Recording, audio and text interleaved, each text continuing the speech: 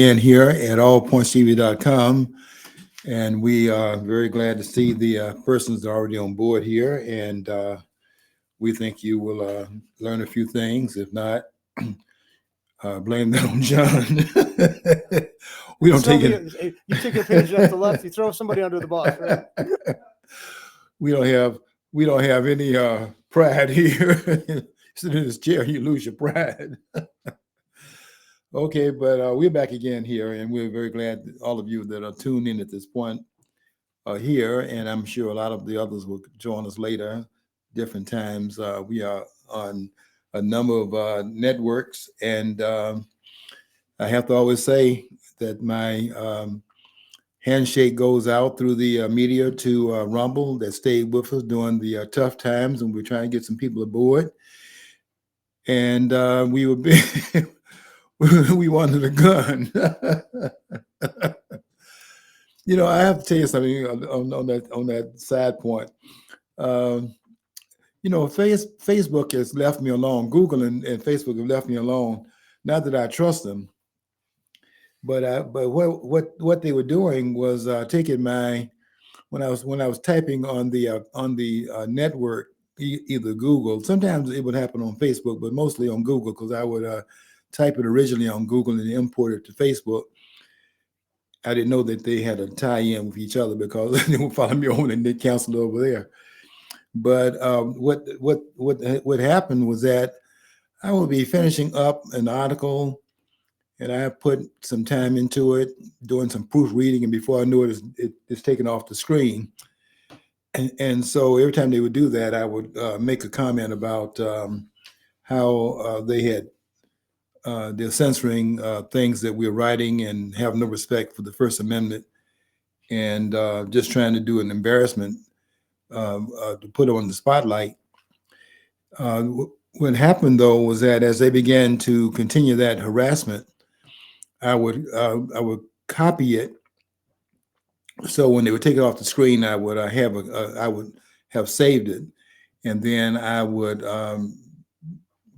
tell the people what they were doing, and then I would put it right back on the screen again. They would take it down. I put it back up there, and so for the last, I would say the last month or so, I haven't had that problem. So maybe just they're backed off. I don't think I've converted anybody. I mean, you've not.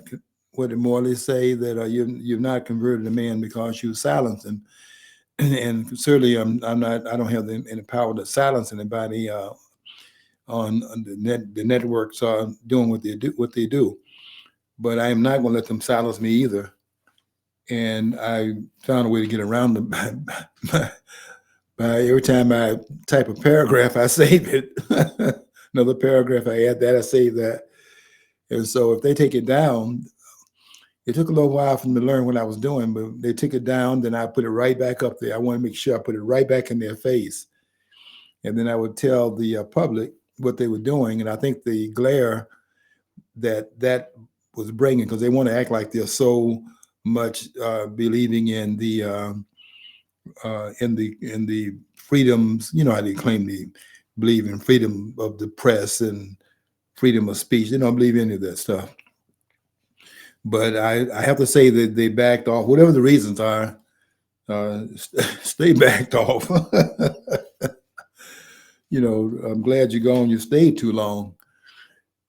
And so we're back here, and we are going to continue to be here, and we're not going to be bullied out of doing what we do here.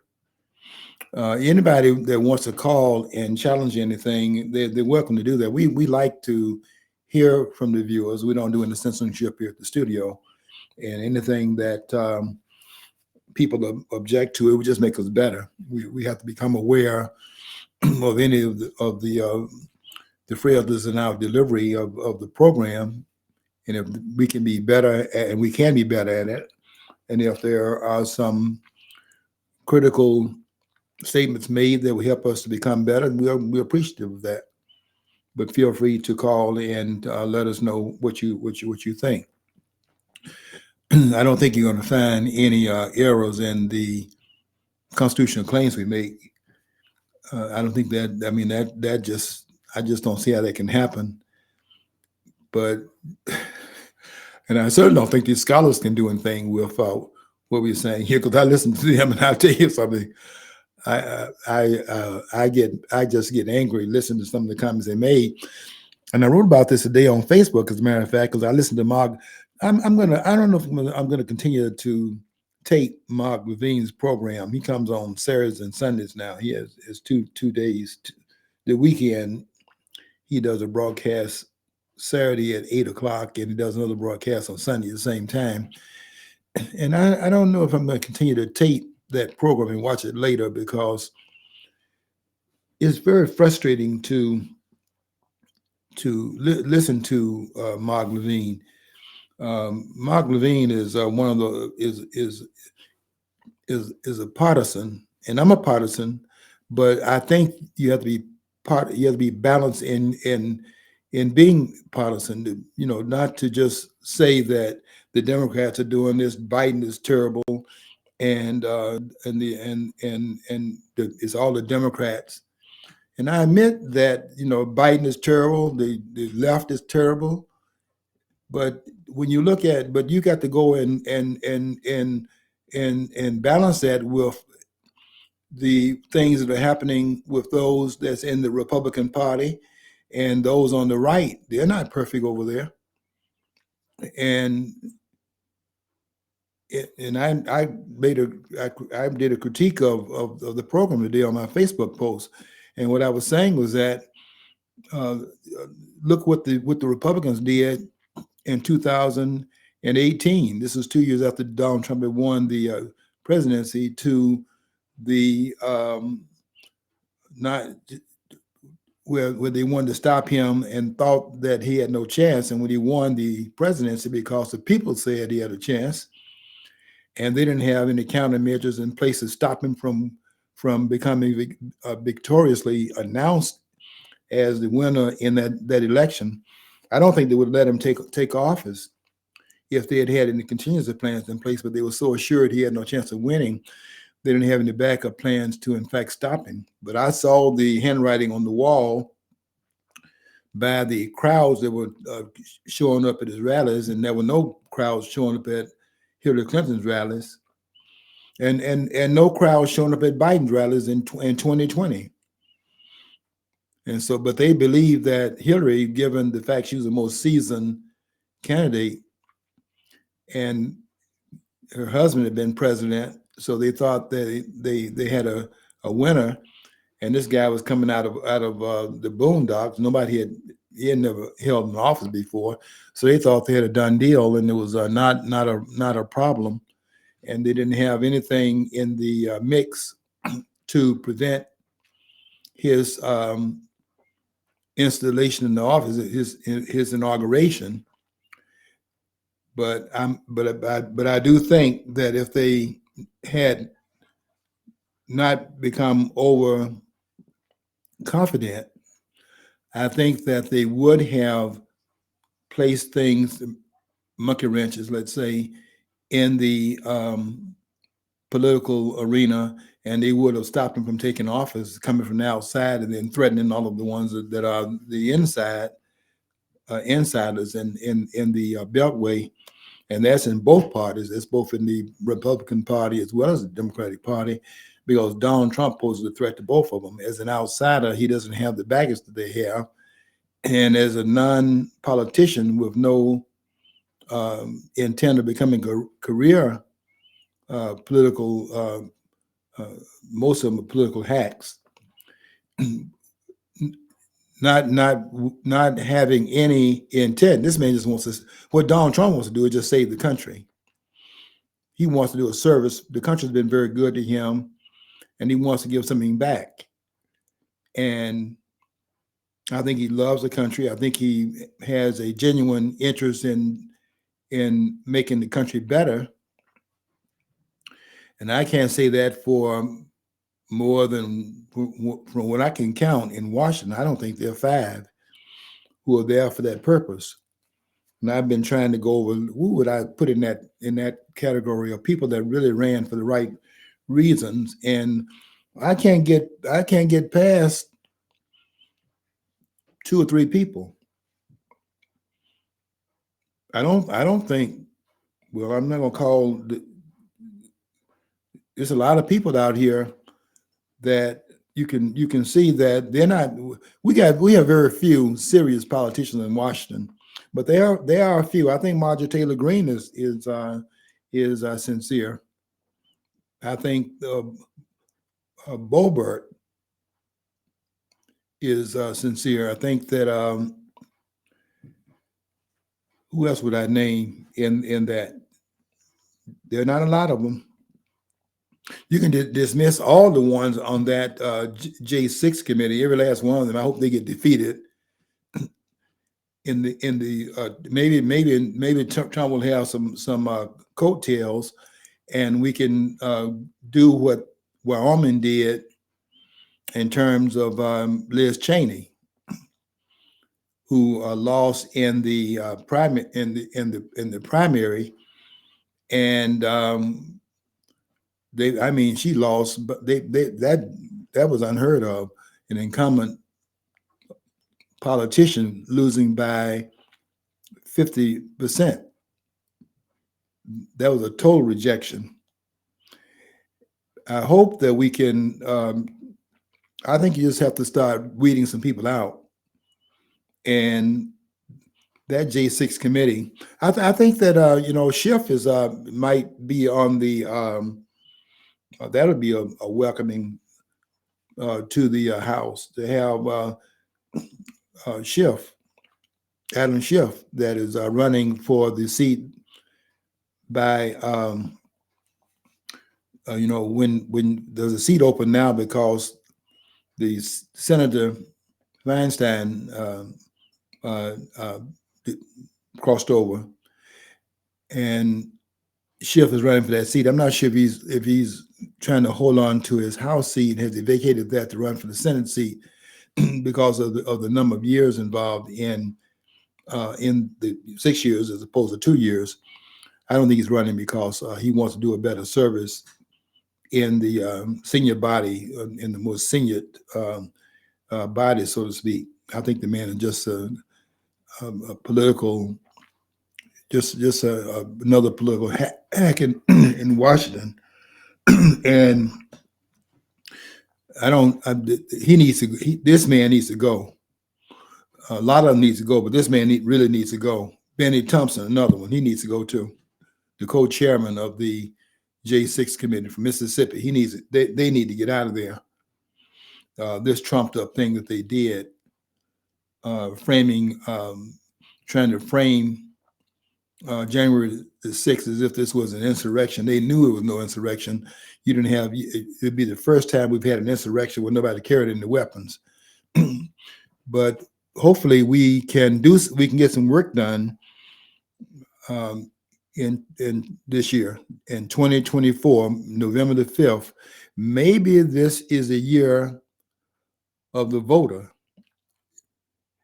Maybe we can put this thing so far out of reach that they cannot do what they did in 2020. And let me tell you something, I'm not buying those numbers that they gave us in 2020 because those numbers cannot be matched up with anything that remotely resembles reality. You can't have an incumbent president. It's impossible to have an incumbent president to get 12 million more votes is in the succeeding election than he did in the non-incumbency role that he played in running for the first time in any office in 2016 was a repeat candidate in 2020 and increases vote total from 63 million to 75 million 4 years later, which shows that there was a tremendous amount of satisfaction with his performance. And then they have the candidate who they jumped over. Clinton jumped over him in 2016, and she ran from a lesser position than he had. He was vice president under Barack Obama, who was losing his support. Obama had lost 7 million votes between 2008 and 2012. And that lack of popularity of Obama is what I think convinced him not to run Biden in 2016, but ran Hillary Clinton instead. And for him not to have been chosen the candidate and then come back 4 years later, not as the incumbent vice president, but not even having an office, then to have this popularity, this acclaim under those conditions there, a lot of people buy that. Not a lot of, but not as many as you think. There are a lot of people out here that are doubting the outcome of that election, and there were so many things that happened that it should raise doubts. You'd be surprised at how in those swing states what they were doing, and by 10 o'clock you begin to see a phenomenon, all of it happening at the same time. Up until about 10 o'clock that night, those who went to bed early that night went to bed like they did in 1948 when Dewey was running against Harry S. Truman. And the idea was that Dewey wins. And they woke up the next morning and found out Dewey did not win, or at least they did not announce that he won. I think Dewey won that election, but we were very naive at that point, did not think they were doing the things that they're doing, because we kept looking abroad to see how bad it was in other parts of the world. We didn't know that it was pretty bad here too. And so, to make a long story short on this point,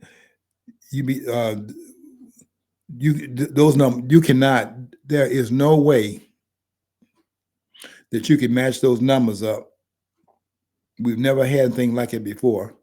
Whenever there's a new phenomenon that takes place and it never happened before, it's an anomaly. Whenever that happens, you have to look at it very askance in terms of what happened there. It's a glitch. Why did that glitch occur? Why is it so different than those things that have happened in all the elections we've had? And we've had 46 presidents. Well, don't forget we count Grover Cleveland twice, the 22nd and 24th president, 1884 and 1892, because Benjamin Harrison defeated him in the 23rd president defeated him in 1888. But you have to look at what is happening in other elections and look at the patterns in other elections. And when you have presidents in their second term, they don't do as well because they got a record now as president. And there are a lot of people that are not as, people go, when they go in for a lot of fanfare. People have a lot of expectations of an incoming president. And then they get in there and they get caught up in the way Washington operates, and they pour water on the parade of the American people, and they're less popular when they run for re-election, and the numbers go down. Obama came in running a crusade in 2008.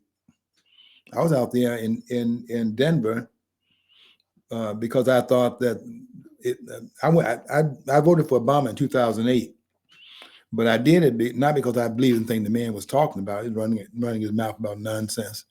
But I voted for him because I want to take the race card out of the hands of the left.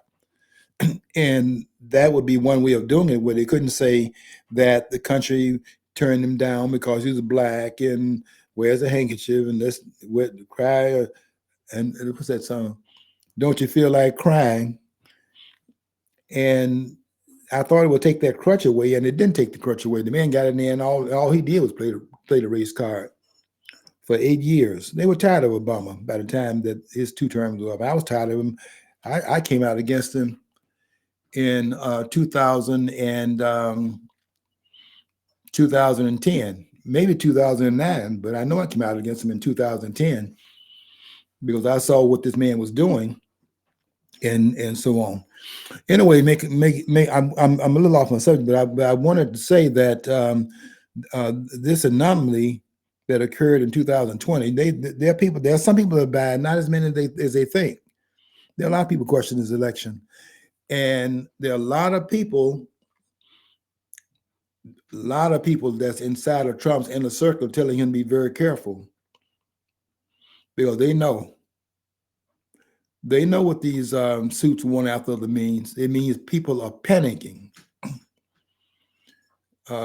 They are panicking about Donald Trump going back in there, being more seasoned now in how Washington operates and where all the body bags and skeletons are in the closets.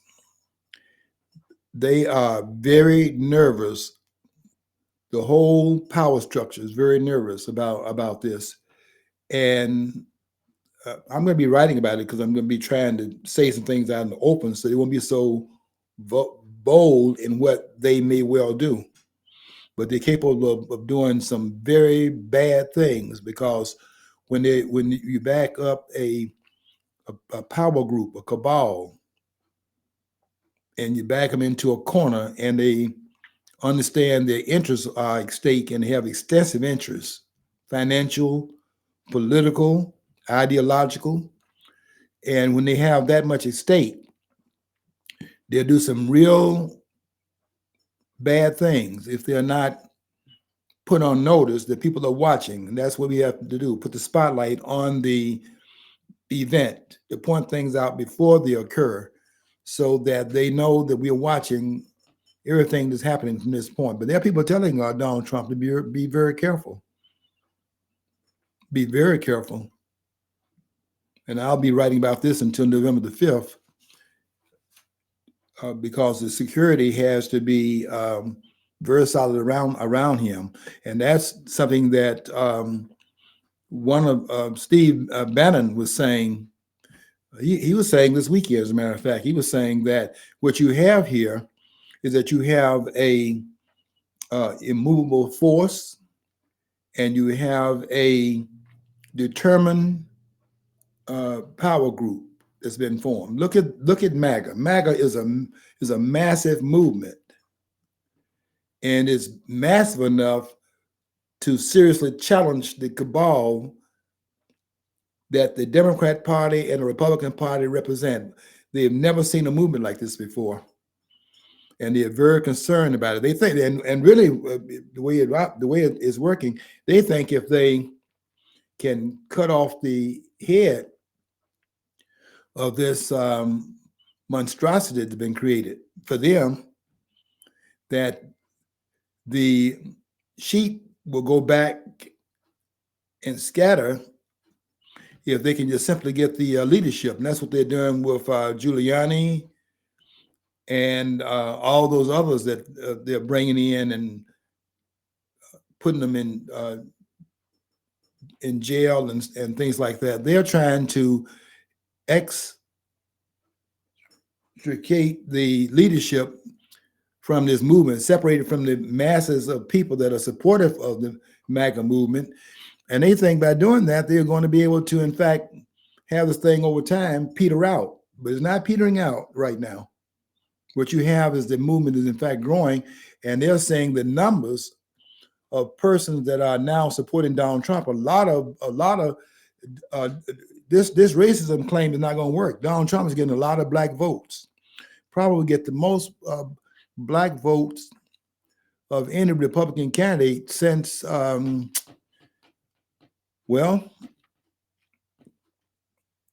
back to the pre-Roosevelt time period, because blacks were Republicans, and so go back before the New Deal when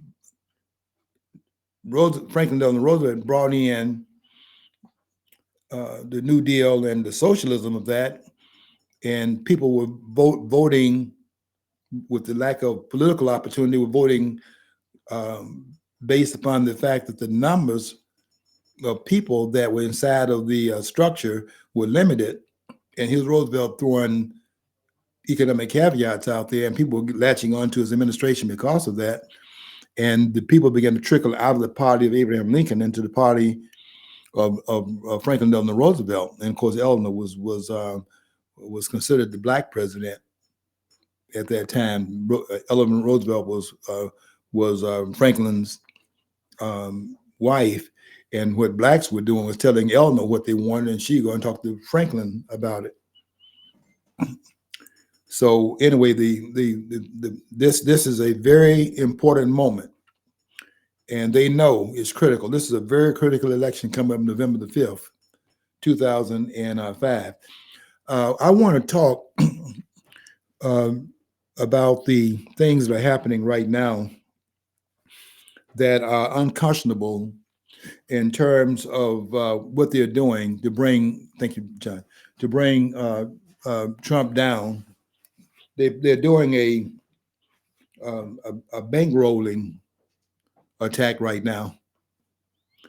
The Constitution is very clear about what it allows in terms of what they call ex post facto laws. That's in Article 1, Section 9, Clause 3 of the Constitution, which forbids the things they're doing right now. You might be aware of the fact that this woman, E.G. Carroll, has made the claim. I have to say, the claim.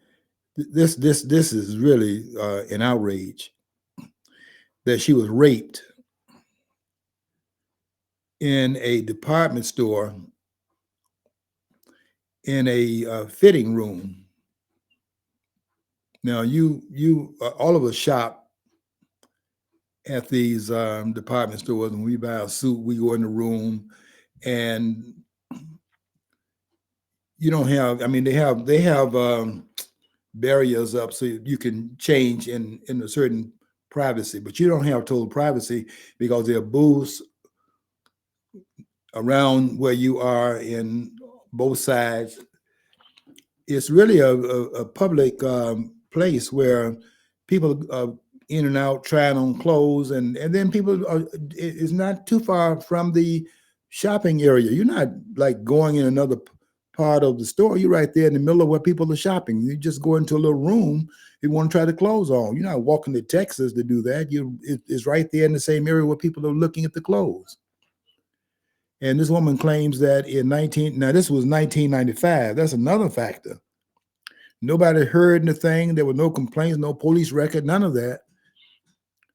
And she didn't say anything about it. And I've been listening to the comments she's made. Actually, what I was told, this whole thing that they're trying to go after Trump now is not about, because her charge of something was thrown out, is because he said something that he called her crazy, wasn't it? It wasn't. Can you hear me? You're breaking up. Go ahead, yeah, John. Yeah. See, what I heard is it actually wasn't the rape charge that was sticking on Trump. They threw that out, or said it wasn't worthy or whatever. But it's because he called her crazy. They're going after him for.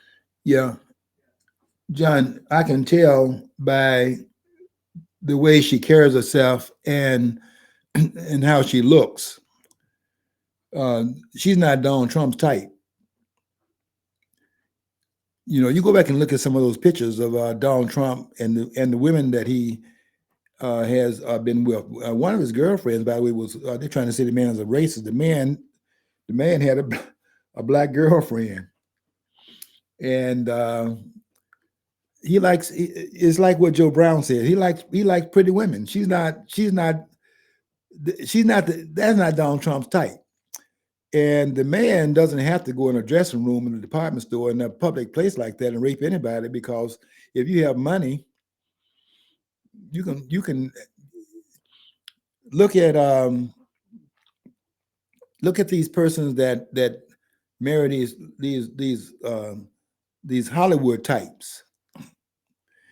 And when I see a very good looking woman and young, vivacious, and all of that, and she's has all of the features that men like in women. When I see that, and then I look at the guy, might be an older person and so on and so forth, the first thing I think is that let me see his bank account. because women tend to fall in love a lot more with people when there's a certain security that's being offered.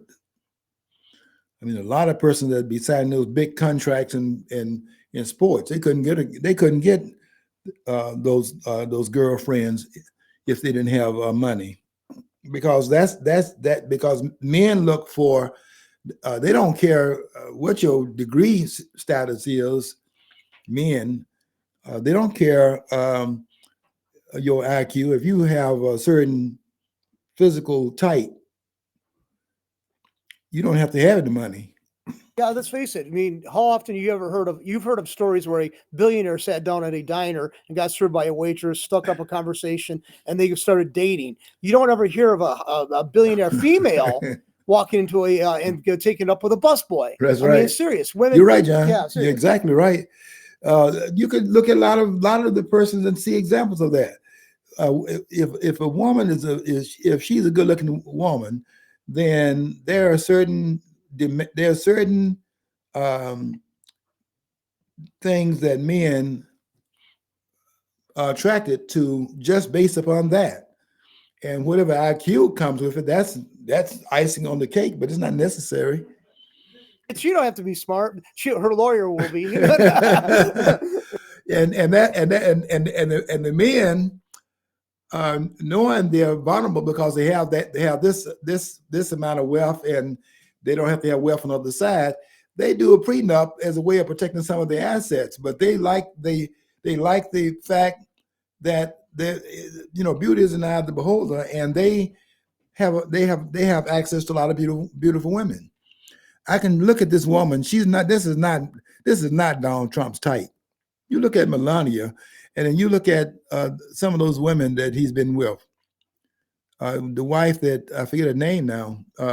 Is it Ivanka or Ivanka, the one that just crossed over.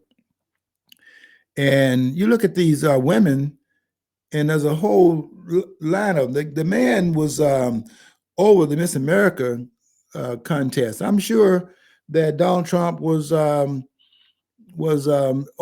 that contest, but there were a lot of those beauties that I'm sure Donald Trump wanted to have a relationship with them, and he was saying, these comments he was making about his approach to them, and some of the things that people say were very vulgar, but he was saying that he was making these comments. None of them were what you would be ashamed to be with in public.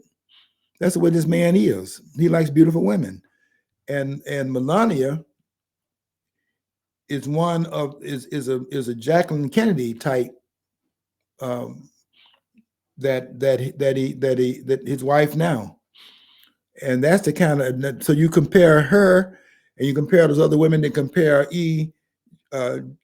Carroll, and look at her and look at those other women, you can tell that doesn't fly. And she made no police report. No one heard anything. There's no record of any of it. She didn't tell anybody about it. It's unlike what happened to Joe Biden. You remember Joe Biden was accused of this harassment. The woman called in. This is before anybody knew who the person was. She called in and made a statement that was aired without naming Biden, but it was aired at the time period on Larry King, where the mother called and says a man of some influence in the Senate that did this and that and other, and to her daughter. And later on, when the woman came out and acknowledged that she was the person who called, they had a record of that. There's no record of E.G. Carroll having been assaulted. No one heard it. She never talked about it. She filed no claim about it, and there's no record of it, and she didn't even know the time period in which it occurred. Well, look at Brett. Wouldn't you remember that? Look at Brett Kavanaugh. He was accused by one woman, another one stepped forward. A woman stepped forward and said, "Oh, he did the same thing to me." Then later on, she admitted she never even met Brett Kavanaugh. That's right. The left is shameless. They are shameless. Liars. I mean, they have no compunction about lying. They have no scruples about it. You said it, John. They have this is a pattern. Look at what they did to Clarence Thomas, and they have a pattern of these kinds of claims, which can't nobody. Christine Ford said this is embarrassing to have this man dragged through the mud like that. And he had to come out and talk about some of his personal affairs and said he was a virgin up until a certain time, and had to come out with all this personal stuff to refute the claim. She didn't have any evidence of any of that. Bill Clinton, the woman described his genitals. And that was Paula Jones. And no, he didn't do it. She, what was his name? That gargoyle, James Carville. He said, when you get around trailer parks, $100 bills float around. I know I've been from there and all that. It's like she described his genitals. Okay, Yeah. She knows what they look like. I guess that probably some point she's seen them. Is that a random? I mean, how she described it is something unique about it, and it only happens to a certain portion of the population. Oh no, she's lying about it. Yeah, they have the criminal justice system is criminal itself. We have a criminal system in the criminal justice system representing us. It is they talk about a two-tiered justice system. You can't have a two-tiered justice system. If it's two-tiered, it's not a justice system. And so it's a criminal system. And we have these judges sitting in there talking about the activist judges. They're not activist judges, they're criminals. Judge Ergen, Ergen, I think his name is, in New York. This man is a criminal. And for the governor, Kathy Hochul, who signed into law in 2022, look at how they have surrounded Trump by making him more and more exposed when the statute of limitation in terms of any of the claims she would have made in 1995, she said it happened in without giving any particular date. Wouldn't you remember the date in which something like that would have occurred? It's like, okay, they try to prosecute somebody again and again, keep on going back. There is no line chain of evidence. There's no chain of a claim of a violation or anything. So what do they have established on? I mean, okay, I could say somebody got away with something bad. I mean, it happens all the time. But I mean, usually file a report or tell somebody. This doesn't occur. I've heard anything of this in this instance, Reasonable doubt. That's our system. And if you don't have any proof of it, there's nobody that can claim she told anybody about it. And you can't, in a department store, in a dressing room, it's not like go in those dressing rooms and see how those dressing rooms are set up. These are not private, very private places. I mean, you can't see the person next to you, but they don't have like the wall all the way down to the floor. Just that they have room underneath at the bottom of it. There's room there. If there was anything that was going on, I don't think you can do that in the department store and that not be known. It's not like in a booth somewhere. Besides, it's unbelievable the claim would be made. Most places, I don't know if it's true or not, but I suspect that when you go into a fitting room, there's cameras and maybe discreetly placed. Somebody on a monitor system is watching everybody. I don't think they just let you free reign. I don't. I really don't think that's possible. And you carrying those clothes in that place, that person is standing there mocking how many. They don't want you carrying all those clothes. You might try to wear some of those clothes out of there and walk out the store with them. So they are standing there as clerks, particularly in that store. That's a very fashionable store. And having been allegedly raped at that store, she goes there and wouldn't that be a bad memory? You don't want to go back there again because the memories are so horrifying. And I watched her on those programs with she was on MS of all stations, MSNBC. And she's talking about taking people out shopping and they all laughing and having a ha-ha moment. They got Trump and so on. And the woman's very jovial. And then she comes out and shows that she had a vested interest when Donald Trump had a stand against Roe v. Wade had a stand that would be so, supportive of life. That's what really seems to have triggered her, because she's made many references to that we will be able now to go back to blah blah. And I think she was trying to get Donald Trump. The person who's done a very good job with that, by the way, is Greg Kelly on Newsmax. But I'm concerned about it from a constitutional standpoint, because I think that Article 1, Section 9, Clause 3 has been violated in a major way, because you can't pass a law, an ex post facto law, and then apply it to an event that occurred before the law was in fact passed. What they did in New York was that in 2022, they passed a law that changed the statute of limitations from the 3-year period that they had, and they made it so that it would now be able to be expanded up to the time period in which the law was in fact changed. Now it applies back to something that happened in 1995, and it simply trips up Donald Trump. And they're trying to say that it wasn't aimed at Trump because it applied to some other folks. It doesn't matter. If they had done an act prior to the law being changed, they are also under the umbrella of Article 1, Section 9, Clause 3. And another part of it, which is not only is it the ex post facto law, but is also forbidding the bill of attainder. Now, what is that in that provision? You cannot pass a law that is specific to a particular target. To pass a law just because it, let's say in this case here, was Donald Trump. And they're saying, well, it would have applied to Epstein and so on and so forth. But if the particularities of it are specific to individuals, and it is passed in that to that effect, then it doesn't matter if it's one person or two persons, but it's in fact you're pointing out certain person that it applies to. That's forbidden also by Article 1, Section 9. The bill of attainder does not allow them to do this. You cannot pass a law and then apply it to an act that's already occurred. It's amazing that how they are twisting the Constitution of the United States, and this is being allowed. I was surprised that, well, I guess the attorneys did argue it, but it was turned down because the judge was saying, well, it is not.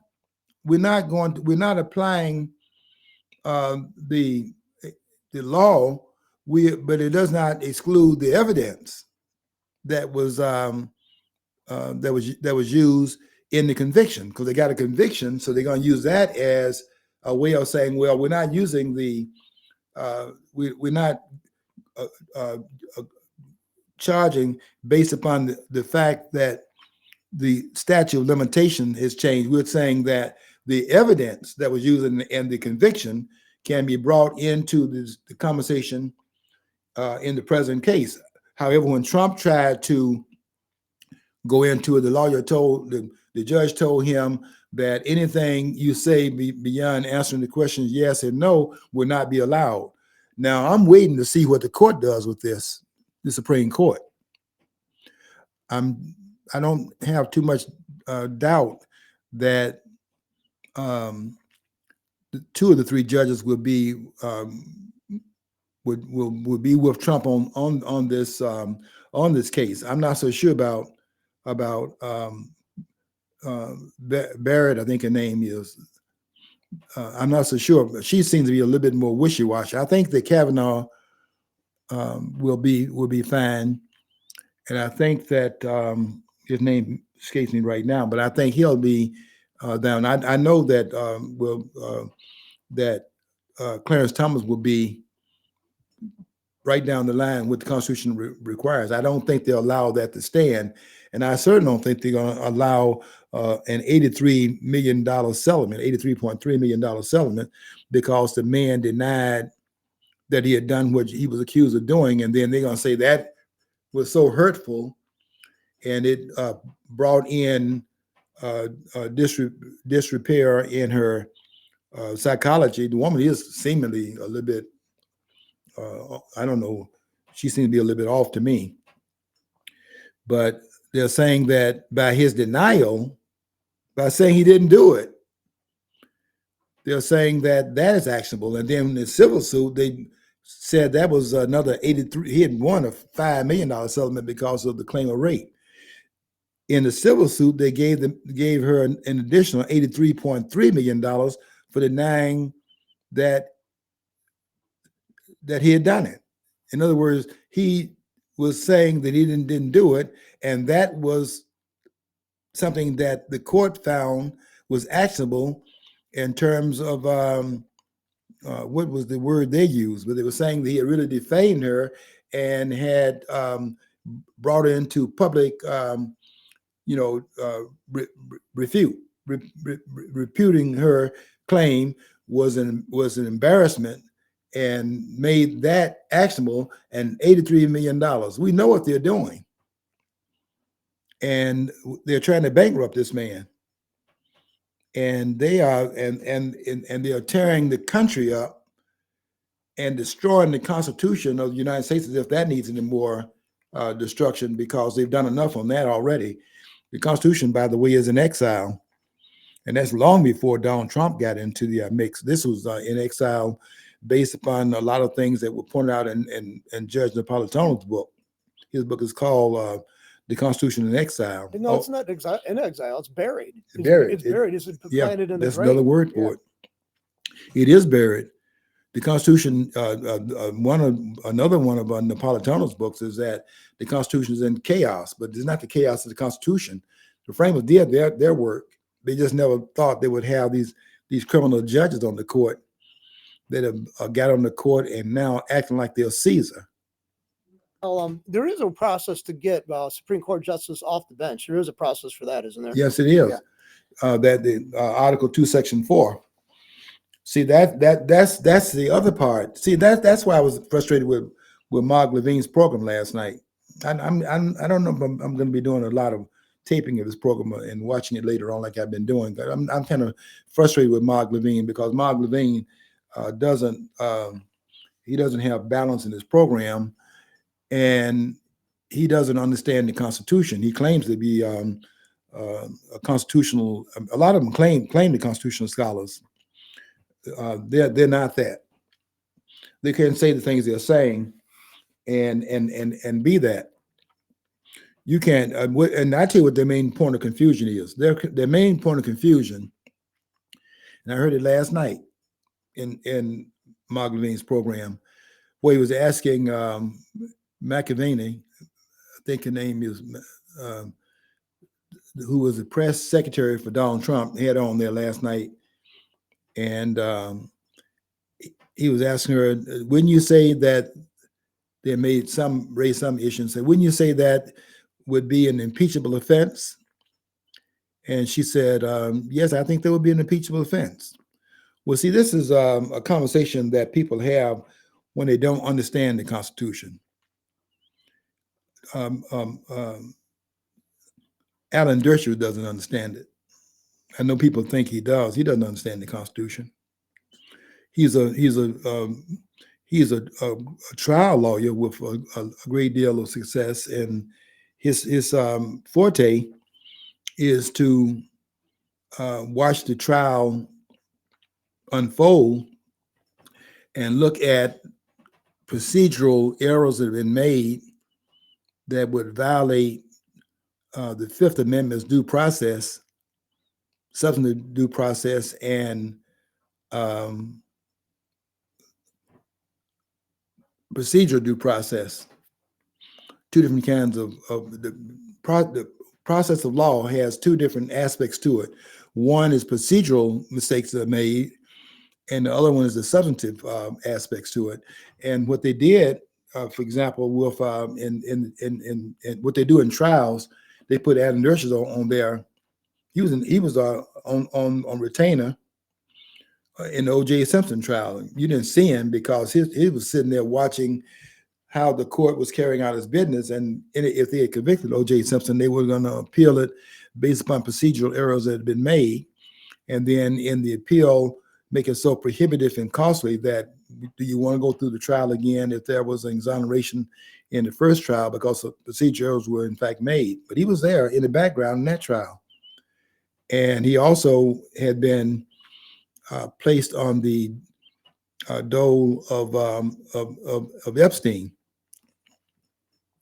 and helped him with the appeal of his case. In fact, some of what Epstein did beyond that point for another 7 years, I would put that on Alan Dershowitz, because the appeal that he made based upon some procedural errors he had made in that case let this predator go for another 7 years with that predation that he was involved in, and so on and so forth. I don't have respect. See, a lot of people respect Alan. I don't have respect for him. And I would say this: he didn't know what he's talking about. When he talks about the Constitution, he didn't know what he's talking about. Now, he can say those things he says to the layman. I'm not a layman, and that's all of them out there. I have the same degrees they have, and I'm better at it than they are. And they don't say anything, and I would highly suggest that they continue not to say anything, because they're not qualified to be in this space. Isn't it weird though? Because people are in the limelight and they have this title and they have this alleged background and expertise. Mhm. Just the mere appearance, people acquiesce and crumble in That's front right. of them. And when it's actually Mhm. what they say is actually put to the test and examined, microscopically, it falls apart. But because they went to the right institutions and they have the right That's right, John. political affiliation. I don't know if that's going to work as well now with, when you say Harvard, that was intimidating. I'm not so sure it's going to be the case in the future because of what happened with Claudine Gay.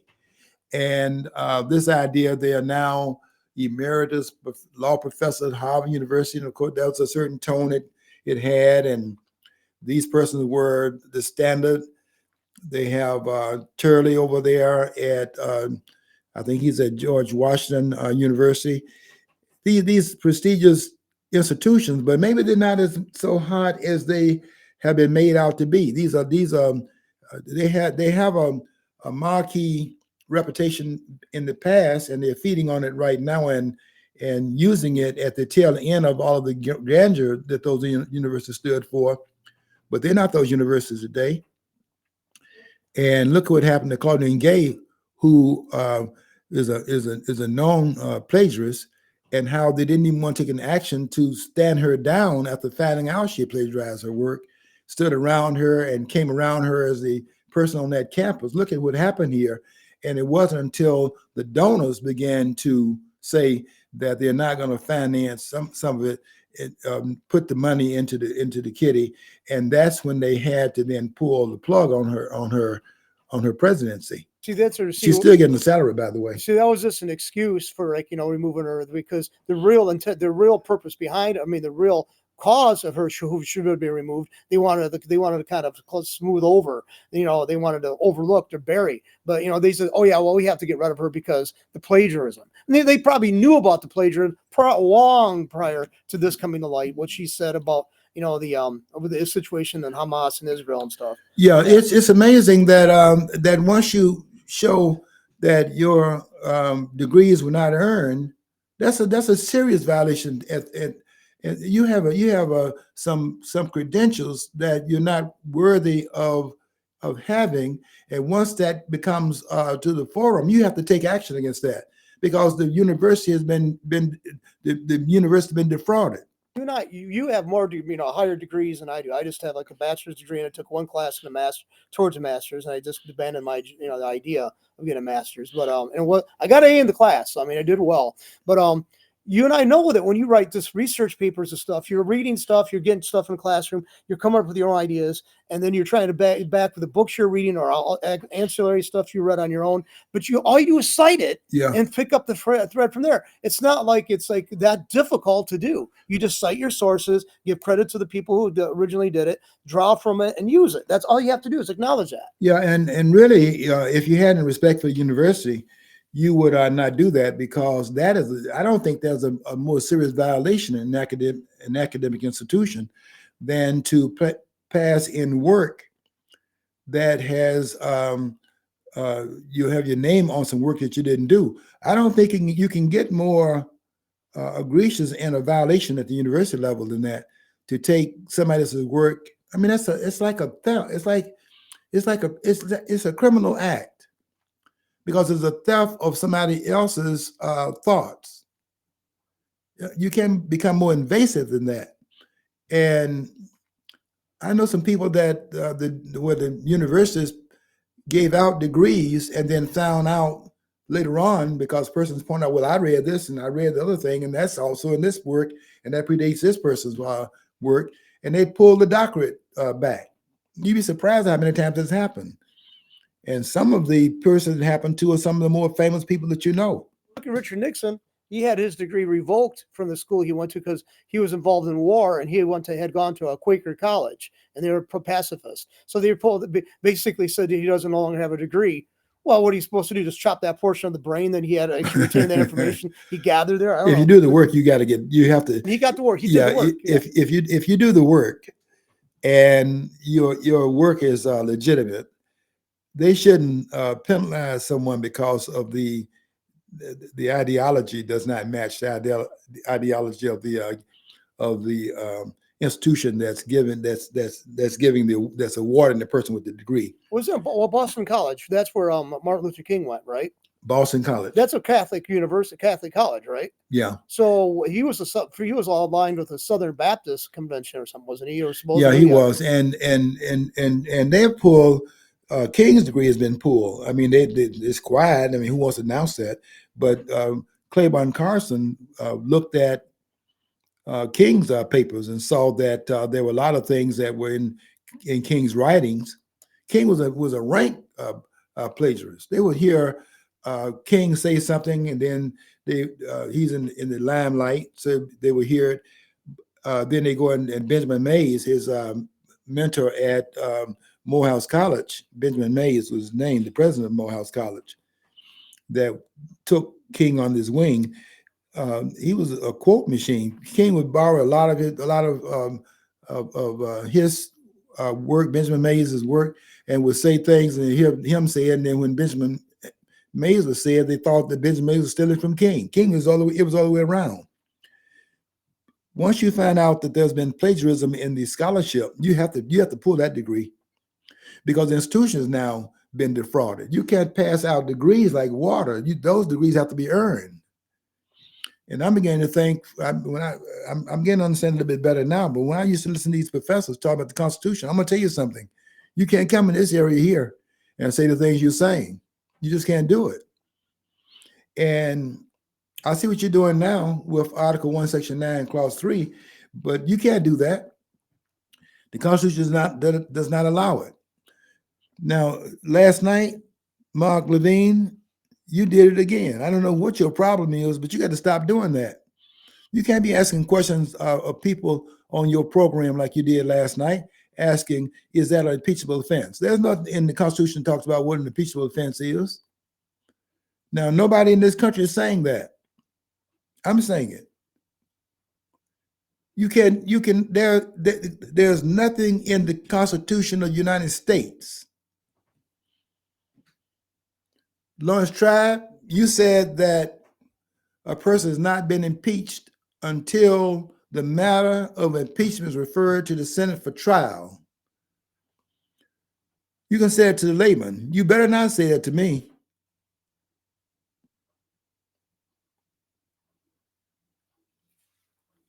That is blasphemy to say stuff like that.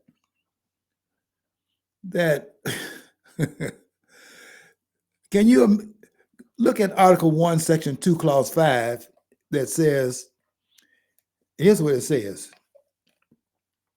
It says that, and I cut off some parts of it because it's not relevant to what I want to make about the impeachment. The last part of that section of the Constitution says that it says the House shall choose a speaker and shall have the sole, SOLE, the sole power of impeachment. That means it does not have to have an endorsement from any other part of the government. It doesn't have to have the endorsement of the Senate. And for Lawrence Tribe to say that no impeachment is taking place until it's referred to the Senate, that you can't say that. And no scholar of the Constitution would say that. And that tells me he's a fraud. You can't say stuff like that. Now, in Article 1, Section 3, Clause 6, you have there the Senate where the trial is assigned to the Senate. And the reason for that is because in the impeachment, which is in the House, you have the impeachment by a majority vote. That's all it requires.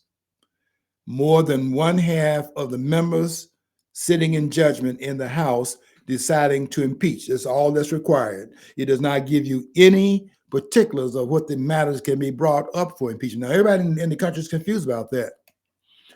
I hear it in everybody talking in the country about impeachment. They say that you have to have this claim and that claim.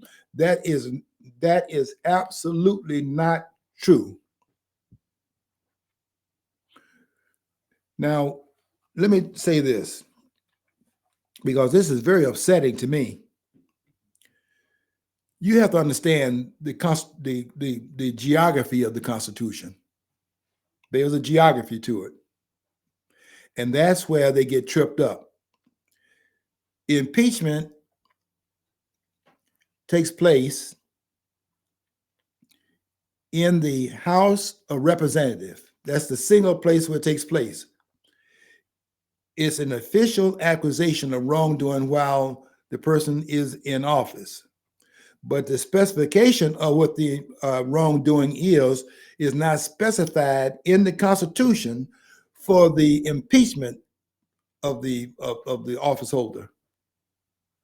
Now, the particularities are found elsewhere. What are the particularities? Who can the removal and who those persons are, and then the specificity of the charges to bring that about. Because now we're talking about removing someone who is in office based upon having in the president and the vice president, they've been elected by the people. So now we up the ante here, and now we're talking about something different. There's something I can say about this, because I understand the process better than anybody in the country. They don't understand it. I just have to tell you, they don't understand the impeachment process. I hear them making all kinds of mistakes. They can do it in front of the layman. You can't say that stuff that they're saying, that you have to have the charge of treason, bribery, and other high crimes and misdemeanors in order to bring about impeachment. That's not found in Article 1. That's found in Article 2. But Article 2 is not dealing with impeachment. It's dealing with removal. Article 2, Section 4 says this: the president, vice president, and all civil officers. That's very important there. All civil officers of the United States shall be removed from office upon impeachment for and conviction of treason, bribery, and other high crimes and misdemeanors. And I want to tell these scholars something here about that. The mere fact that it's talking about shall be removed from office, it means then, unless those are the charges made, the impeachment does not have to constitute removal upon conviction. They don't understand that either. And that's why every time there's been a conviction, every time there's been an impeachment, it's been referred to the Senate for trial, because they think if you impeach, you have to then bring the trial, but the trial is for removal. You don't have to have a trial of the impeachment charge. Nobody said that. I'm saying it. These scholars can't challenge this. They're not on this level. I'm sorry, they're not. They don't have it. And they don't say one thing about what I'm saying on the air.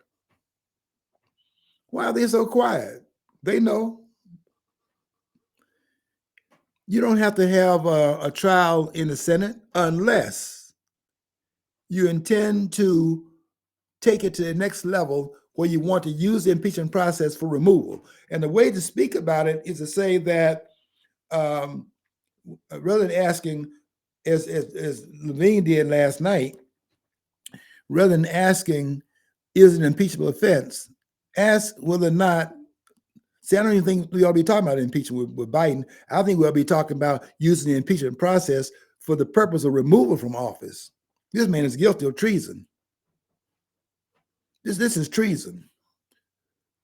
They did a show on Newsmax last night where people that's on those border areas are talking about how their land's being trampled, their crops being trampled by these people coming in here one after the other.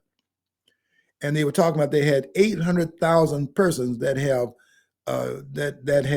escaped, that came in and they weren't able to catch them. You know what? With catch and release, that's not 800,000 persons, and it's not 11 million like they're claiming either. It's double that number. Because catch and release is also not catching them, because once they catch them, they tell them to come up and show up in court and never show up. And there are 22 million people, at least in this country, that don't belong here. They're illegal aliens in this country. You can't even call them that. They want to talk about their, and this is also an abomination, they're undocumented workers. You're not undocumented workers. You are in this country illegal. You're an illegal alien in this country. You're a foreigner that does not belong here in this country.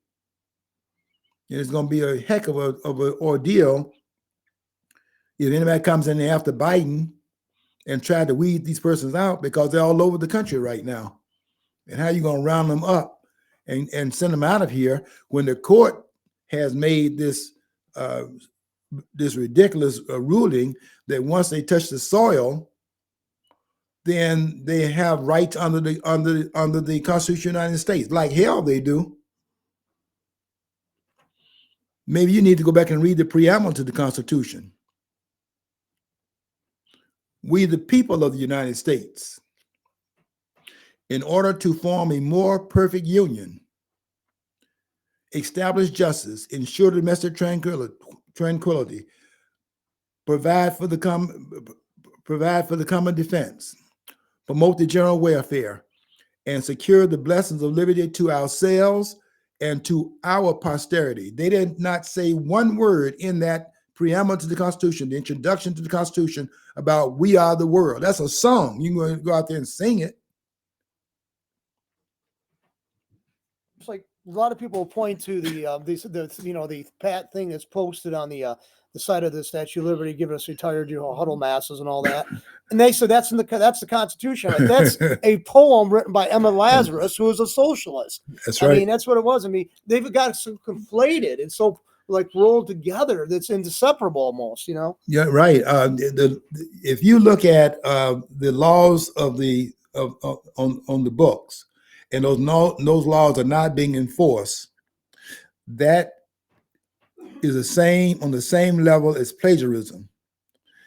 If you put your hand in that Bible and you take the 35, let's say you're talking about the president, and you take those 35 words in the inaugural oath in Article 2 of the Constitution, and you swear to defend the Constitution of the United States, and you don't do that, you are subject to removal. That is really, it's not the same definition of treason found in Article 3, Section 3 of the Constitution, but it is treason to do what Biden is doing. You can't let this country become invaded. This is an invasion of this country.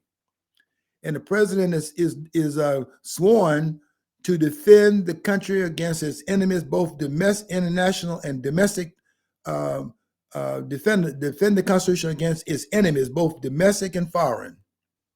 And he's not doing that. And I don't think we're going to be talking about impeaching Joe Biden. We should be talking about using the impeachment process. That's how we should be talking about that. using the impeachment process for the removal of Joe Biden, because this man needs to be removed. Now we've had, and we need to also apply to these judges, these federal judges. We've had 15 impeachment of judges. 6 of them have been removed. Alcee Hastings, who later on joined the House of Representatives, he was removed from the bench before he ran and joined the hounds. He's running with the hounds and being with the rabbits and hunting with the hounds. He was removed through the impeachment process, and then went on and then went and ran for a seat in the House of Representatives from Florida. But he was removed, and that's the way it ought to be used. Anytime you have if you're serious, anytime you have an Erdogan judge, and he's doing the things he's doing in that courtroom, that is removal, because he swore to uphold the Constitution of the United States. He's not doing it, and the language is very clear. Ex post facto laws being allowed in the court, bills of attainder being allowed in the court, when the Constitution expressly forbids that. When I say this is treason, that's exactly what it is. You're undermining the integrity of the country. And it goes even beyond that with Biden, because Biden is making deals with foreigners, and they are making deals where they're selling the country off. There's partisan selling of the country to partisan players, China, for example. And so that's another aspect to it. But we've got to return to, I keep saying this over and over again, we got to return back to the framers. There is no other outlet for this country. We either will do that or we'll perish in the process. Now, before I get off the air, let me read something to you. This was said in 2007 by the great Thomas Sowell. When I see, I'm quoting now, when I see the worsening degeneracy in our politicians, our media, our educators, and our intelligentsia, I can't help wondering if the day may well come when the only thing that can save the country is a military coup. Now, Sowell said that in 2007. He's not calling for a coup. But you wonder with the way this country is being led, if that will at some point become necessary, because these people up there don't care anything about the restraints placed upon their power, and that may well be something that will the militias, that might have to become necessary, given what they're doing. Okay, the Constitution is in exile. We have to reclaim that in the name of the framers of the country, and for the posterity that they talk about in the preamble of the Constitution. We cannot allow them to get away with what they're doing right now. And Donald Trump, be very careful, because this is you're in some very dangerous territory right now. Okay, until next week, I want you to follow your dream. If you don't follow your dream, you'll never know what's on the other side of the rainbow.